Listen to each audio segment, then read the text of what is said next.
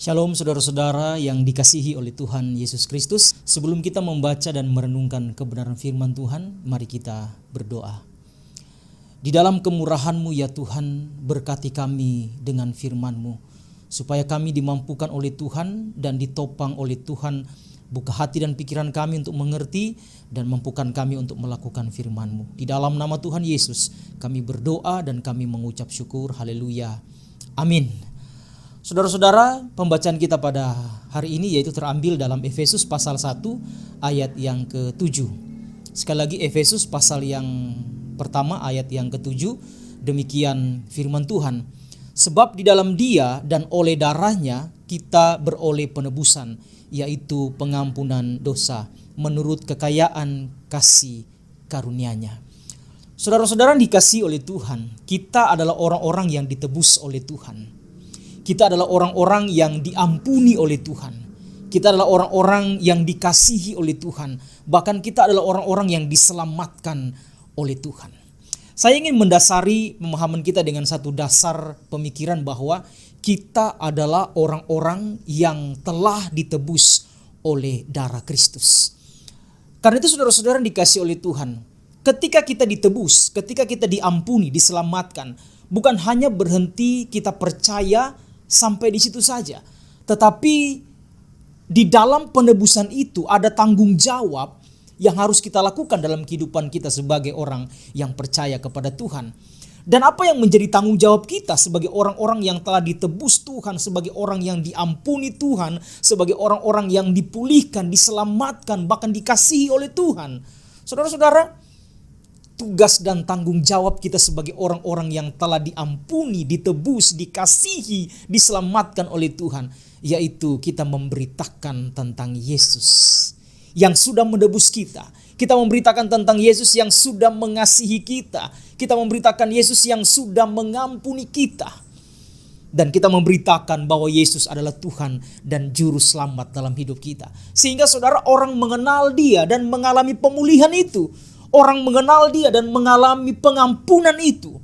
Orang mengenal Dia Yesus Tuhan dan Juru Selamat dan menerima keselamatan yang daripada Tuhan. Saudara, sekali lagi siapa yang kita beritakan? Yesus Kristus.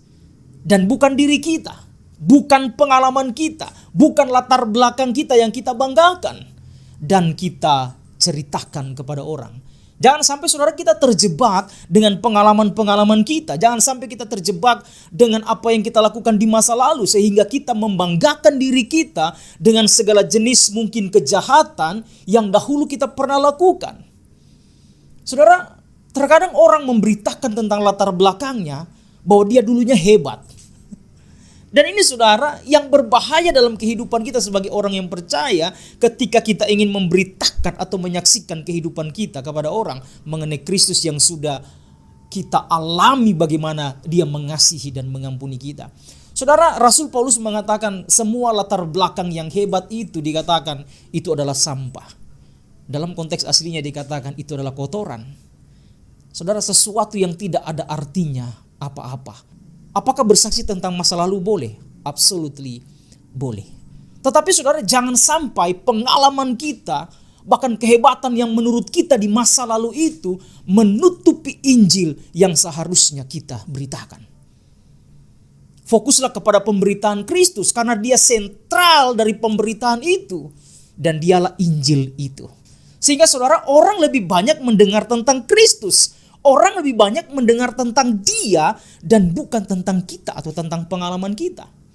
Kita hanyalah sebagai alat untuk menyatakan kepada dunia Dia Tuhan, Dia yang sudah menyelamatkan kita.